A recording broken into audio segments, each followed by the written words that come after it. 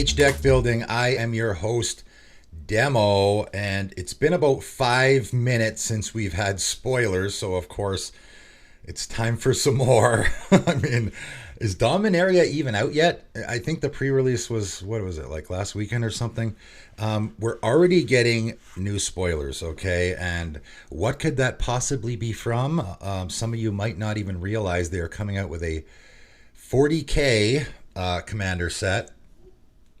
And 40 Warhammer 40K, if anyone's not familiar with it, it is a I've never actually played it myself. I had a buddy that did. You got little figurines, and he used to paint the figurines and all that good stuff, and you build your army, and that army fights someone else's army. And I'm sure someone who's a huge 40K fan is going to be losing their mind on me in the comments because I'm not describing it properly, but that's the idea. Anyway, it's a crossover, right? As we've seen a lot recently with all the other, like D&D would be the best comparison. So this is a very similar to Dungeons and Dragons crossover where we are getting, I guess, actual characters. Again, I don't know that much about it, but these probably are actual characters in Warhammer 40K that we are now going to get commander related content for.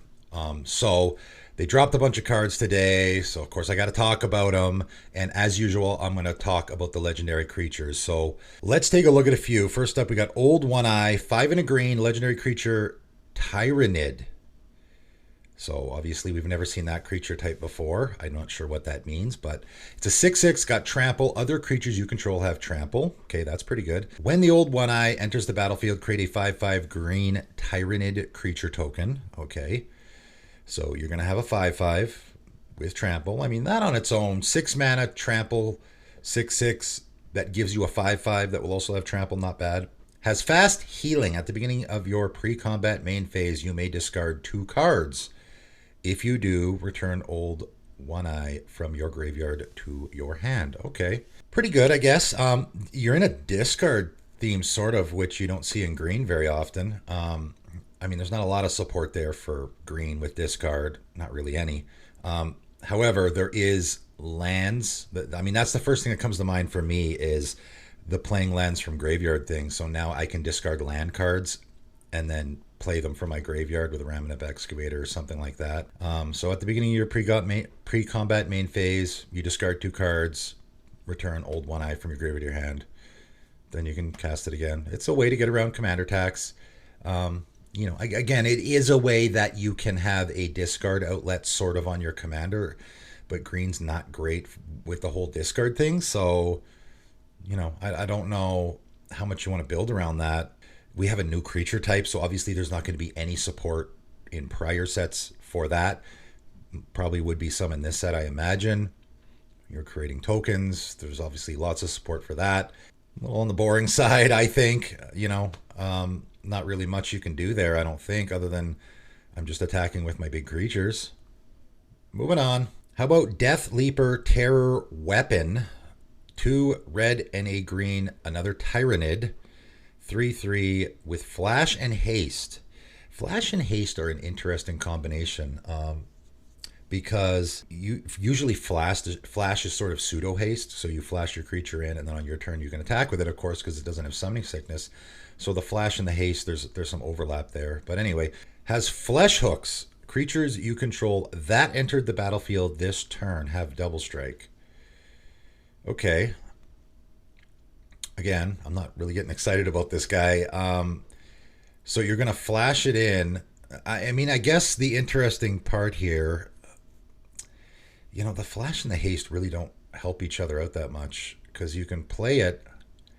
Creatures you control that entered the battlefield this turn have double strike. So I guess the best way to do this is I attack with my creatures, and then in combat, after blockers are declared, probably you're going to want to cast this guy.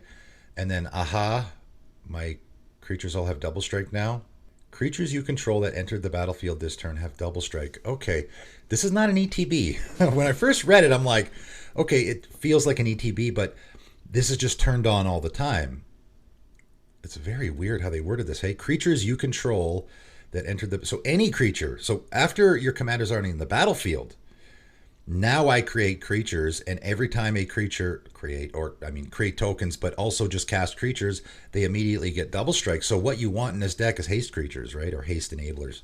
That's what you want in this deck, because every creature, as soon as it hits the table, flash creatures would also be neat in this deck, because obviously you can flash them in as a blocker and they'll have double strike. So that could be good too. So I think you want flash creatures and haste creatures. So I guess the fact that your commander has flash and haste is, it's thematic anyway. Yeah, you want flash creatures as blockers because they're going to flash in, gain double strike until end of turn. And then you can declare them as a blocker. And obviously on your turn, you have creatures enter the battlefield, and they're all going to have haste. So you're going to want them to have haste, because obviously if you have a creature enter the battlefield that doesn't have haste, it's going to get double strike until end of turn, which is going to do nothing if you can't attack with it. So haste creatures or haste enablers is just as good. A really interesting card that will fit in this deck is Primal Force Mage, actually, which has a very similar sort of scenario where, whenever another creature enters the battlefield and your control, it gets +3/+3 until end of turn, which is not very helpful unless your creature has haste, right? So if you're going to have a bunch of haste creatures, I think that's probably an auto-include in this deck, because all those creatures coming in, they're going to get +3/+3 and double strike from your commander. So that's a great fit in the deck. A little more interesting than I originally thought. Originally, I thought it was an ETB and that, you'd only get the one shot, but it's actually constantly turned on, which is actually pretty interesting. Could be an interesting one for sure. Next up, we got Imtec the Stormlord, 2 black legendary artifact creature. Okay, so we got an artifact creature as a commander. It's a Necron. Again, new creature type. It's a 3/3. Has Pharaon. Whenever one or more artifact cards leave your graveyard, create 2/2 black Necron warrior artifact creature tokens. Whenever one or more artifacts leave your graveyard. Okay. Beginning of combat on your turn, another target artifact creature you control gets +2/+2 and gains menace until end of turn. So you are in mono black artifact creature tribal. I mean, artifact tribal, but also artifact creature tribal. That's interesting. Very limited in the mono black there. There is a decent amount of mono black support, I guess. One card that always comes to mind for me with black and artifacts is Guardian Beast, and it's a card that is old. It is incredibly expensive just because it's really old. It's one of those cards that I really think they need to reprint because it's so unique in what it's doing. It's giving again, it's a black card that is making your artifacts indestructible, I believe, which is very rare, and it would be great, fantastic in a deck like this. Unfortunately, it's really expensive. Roxy's, do whatever you want there. There's a couple interesting things here. Whenever one or more artifact cards leave your graveyard, you're creating those tokens. This is one or more, of course. So if you delve, right, you could delve here, and if you exile like 4 cards with your delve, you're just going to get the one trigger. So you want, just like with a Tormod deck, you look at those Tormod decks, whatever they're doing, very similar things. This only works with artifacts though. So you can't do the Tortured Existence combo there. It's not going to work because that only work. I mean, I guess it would work if you had artifact creatures. So if you had, it's just a little more hoops that you got to jump through because this is an artifact leaving your graveyard. So if you had an artifact creature in your graveyard and one in your hand, one black mana, you swap them back and forth just like with a Tormod deck. Again, you just would have to have an artifact creature. But it's a little difficult. This is mono black artifact tribal, which is tough. There's not a ton. There's a little bit of support there, not a ton. I'm thinking of a couple of cards, Underhanded Designs, I believe, that enchantment. There is a little bit of stuff from like Aether Revolt and Kaladesh. There was a little bit of black support there. Herald of Anguish is another one. It's got Improvise. That would be a great fit here because now you can sack those artifact creatures that you're making to its ability. Also sacks artifacts to put in your graveyard. So there is a little bit of support there. Not a ton. My big concern here, and it always is my big concern whenever you're doing an artifact or enchantment tribal, is you just get destroyed, absolutely blown out by a Bane of Progress or a Vandal Blast or any of those effects, right?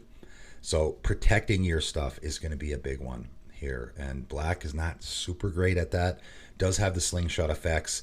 So I can slingshot my commander, Balacore Rebirth and get my commander back if it gets, You know, I mean, your commander's a legendary artifact creature, right? So it gets killed by all the creature removal, and it gets killed by the Corrosive Grips and the Nature's Claims and the Return to Dust and all that as well.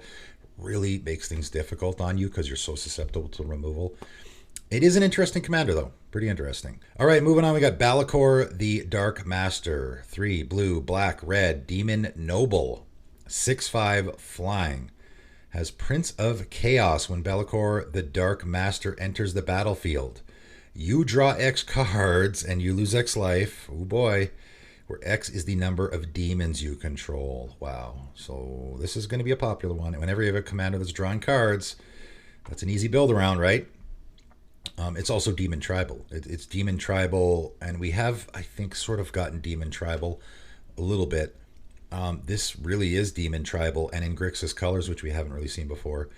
Also has Lord of Torment. Whenever another demon enters the battlefield under your control, deals damage equal to its power to any target. Wow. So it's a Warstorm Surge, you know, Terror of the Peaks effect as well. That is a really good Demon Tribal commander, for sure. And obviously there is a ton of support there. I mean, I won't say a ton of support. There's not a ton of Demon Tribal support. There's a little bit, but there's a ton of demons to choose from, right? I mean, your commander is a fantastic Demon Tribal commander. It's got 2 really great abilities that are payoffs for having demons.